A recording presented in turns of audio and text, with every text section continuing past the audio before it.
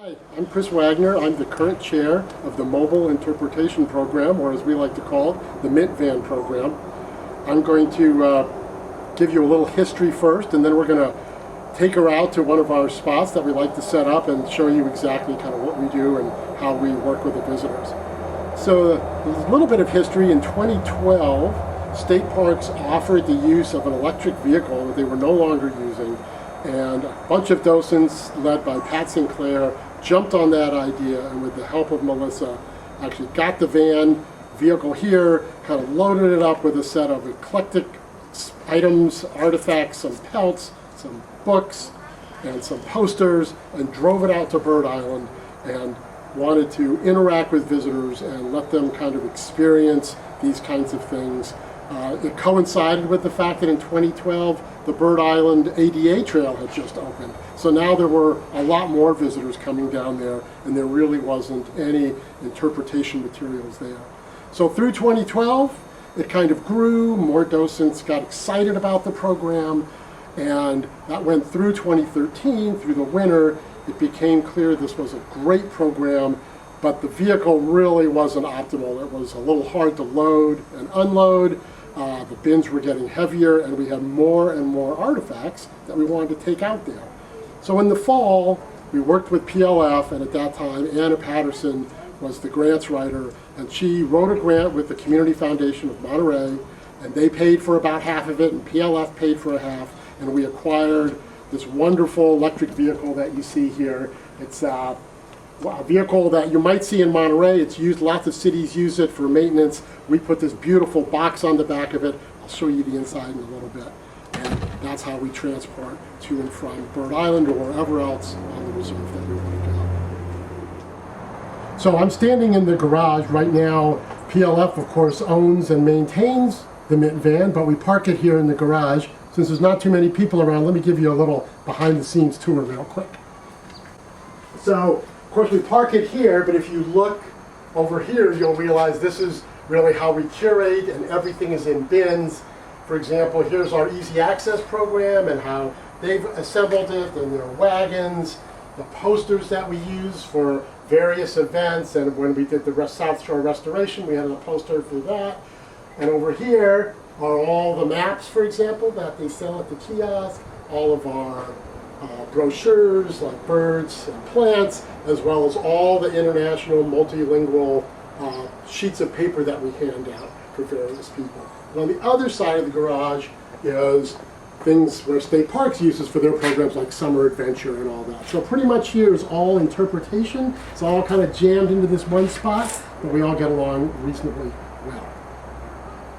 So the MINT van is all about interpretation, so let's head out and set up and show you how we actually do this. Before we go, we always make sure that everybody is packed in correctly so we don't bounce around too much. I'm just going to give you a little peek here at what goes on. I gave you the impression that we now have lots of artifacts. So we have some of our birds, I'll show you those, and all these bins are carefully curated. I think everything looks great. Our birds look like they're happy, and they're definitely ready to get out to the reserve. So follow me.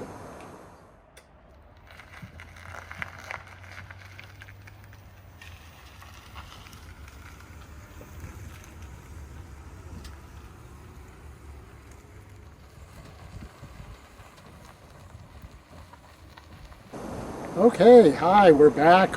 We're out here at Piney Woods. We usually head out to Bird Island where we have a dedicated parking spot, but today, just to keep us away from everyone else, so we can get this film going, we've moved to Piney Woods. This actually is a place we set up when we do school walks. So we don't do every school walk, but we'll sometimes come out here, set up, and when the kids come back from their walk and they're doing lunch, we'll bring a group up at a time, and we'll have this all laid out for them. And that's a great way for them to kind of end their field trip here.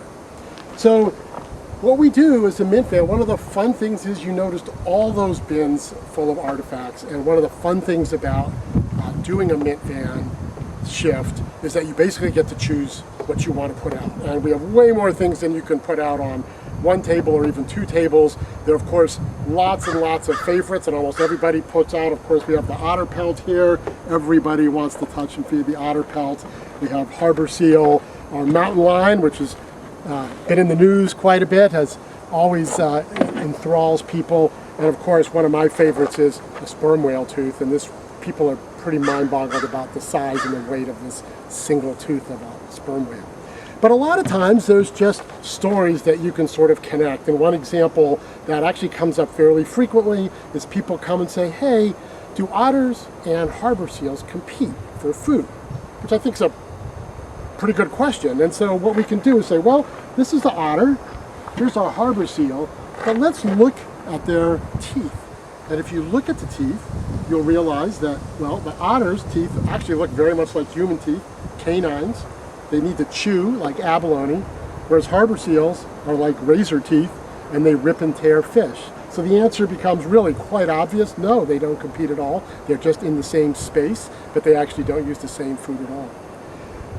An example of a story. The other thing that's great is, for example, we're just starting cormorant breeding season. People come down the steps from Bird Island and they say, what is that black bird? And we can go, well, that's a cormorant, but did you notice its beautiful iridescent blue throat? That's a breeding color that males and females get. So again, it kind of starts a conversation. Most people didn't even notice the throat. They don't really know much about the bird. We get to talk about that a little bit. And then of course also now we're getting close to harbor seal pupping. It's a time we really want to inform people about when they go up to China Cove, what they should be watching for. They should be quiet. And again, we have some harbor seal pelts and a lot more information kind of about that. Normally we would have a lot more out here. I just wanted to give you kind of an example. One thing you might have noticed is we have a small donation box here and we have a little clicker, and we always record the visitors that come to our table that we talk to. Last year, I should say 2019, people donated, usually with dollar bills, about $1,800 that all went to PLF, of course, and we served about 18,000 visitors, came to our tables, and we exchanged ideas and talked to them. So that's just really fun, and it's a really successful program. Now this program is all about touching, so when kids come up here, we hand them a sperm whale tooth and ask them, please don't drop it, or let them play with a skull. Well, all that touching means that our collection slowly degrades. We either need to clean it, we need to restore it, or we need to acquire new specimens. And PLF, once again, gives us some budget every year to kind of do that.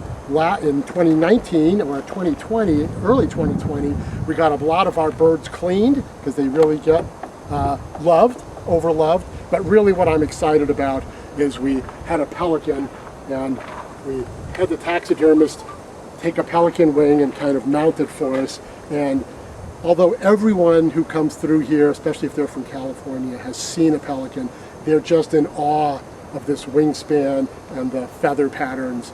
And on a windy day, especially at Bird Island, you can just hold this out and feel the lift that the birds have. And it's just really thrilling for everybody. So thank you, PLF. We have some other specimens we're hoping to get in 2021, maybe a peregrine falcon we might be able to get hold of. And each one of these we kind of move through the collection and start building stories about. This is our long-tailed weasel. Now they are actually relatively common in the reserve, but you almost never see them. I've seen 2 in about 2 years. They sometimes just scurry across the roadway if you're really, really lucky. But the story here is sort of fun because we have this weasel and everybody kind of looks at it and said, well, yeah, that's a weasel. And then I ask, well, what else on this table would this be most related to? And people look around and some people say mountain lion, which isn't really a great answer, but it's okay. At least they got land to land. But it turns out that our otters that everybody loves are actually also a member of the weasel family. So that lets me say things like, well, otters are really small sea mammals, but they're really, really big weasels. And yeah, they're cute, but they have really sharp teeth and can be pretty nasty as well. So that's kind of a fun story. People love this little weasel, and then they go off looking for it, which is really hard to see. I mentioned earlier that docents get to come up with their own stories and artifacts. I'm just going to show you. Here's our invertebrate bin. One thing that's absolutely amazing is everything is labeled, everything has a bin, and that way docents don't really have to worry about it. They just have to remember to put it back in the right bin. Here, for example, is a shark jaw.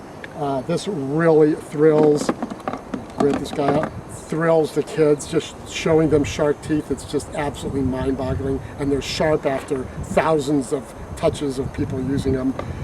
Some people, of course, abalone, just everyone in Monterey Bay knows what these things look like, but other people are just in awe and of a big shell like that. And of course, we have lots of things for tide pools. So every once in a while, we've set up out at the tide pool, so we have some sea urchins and people can see them. The important thing is everything here is real. And so we let people look and study, for example, a sea urchin, look at its geometric pattern, understand where the spines come from. And that's one of the real important things about mint. These aren't resin models, these are the real thing, but of course they do kind of break over time, and we just need to acquire some new ones.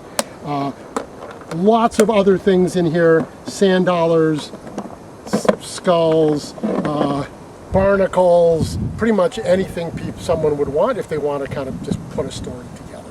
For example, these come out a lot when we do Underwater Parks Day, and we, along with lots of other folks who are down at Whalers Cove, will bring these out and really have a whole table about the underwater and the tide pools of Point Lobos. Okay, so let's just pretend we've been out here 2 hours. That's our normal shift. Some of us do maybe even 3 hours, and it's time to pack up. You might go like, oh my God, how are we going to figure out how to pack all this stuff in there? Well, fortunately, one of our docents has been extremely helpful in curating, and it turns out every bin has a list of contents. So basically, as long as we know this is a harbor seal, we can figure out what bin it should go in. So I'm just going to go do that. You can follow along, and then we'll drive it back.